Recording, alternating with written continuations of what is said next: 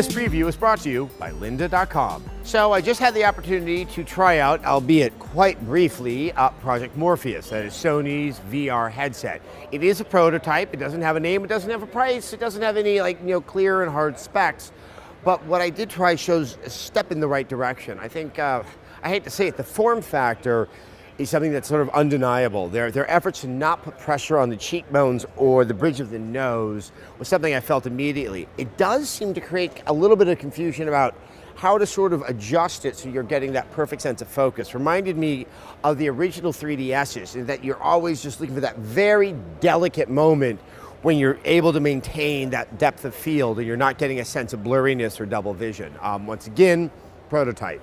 What I was able to play was me holding two Move controllers, picking up swords and attacking kind of, it was not a person, but kind of a metal medieval dummy. And it was really kind of fun and satisfying, as crude as it was. Slash off the head. I could use one Move controller as my hand to grab onto it, bring it closer, chop the arm off. Had a crossbow, was able to shoot it. And then at the very end, a large, silly-looking dragon came down, looked like it was made out of plasticine, and roared at me and pretty much opened up its mouth and gobbled me up. Yeah, nothing explosive in terms of game design or interactivity, but there was a level of satisfaction, and there was a sense of novelty that was undeniable. One thing that they had talked about when they introduced it here at the Game Developers Conference was the importance of audio, and that is one thing that I have to say they're absolutely right. The sense of 3D audio, I would shoot my crossbow in various directions. I really had a sense of position. Even more fun, shot it up in the air. There was a perfect delay before hearing the arrow hit the ground. I have no idea where, close to me. I had spoken before about how I think that with a lot of this VR, be it Oculus, be it Morpheus or whatever, that we don't need to have the same type of game design, that sort of violent interaction to give the sense of immersion.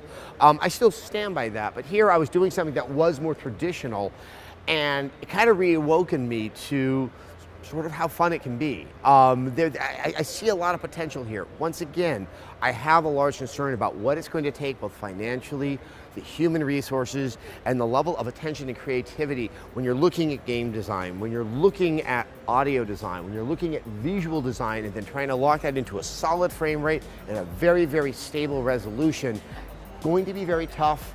It's going to be probably very, very expensive, but we're moving into territory that I think is necessary to be explored, and I'm quite excited to see what comes of it. So, as I said before, I think the future is here, but we don't know what the future is going to bring, so I would suggest prepare yourself. Learn a couple more skills so you can embrace the inevitable with more comfort. And that's why I suggest lynda.com.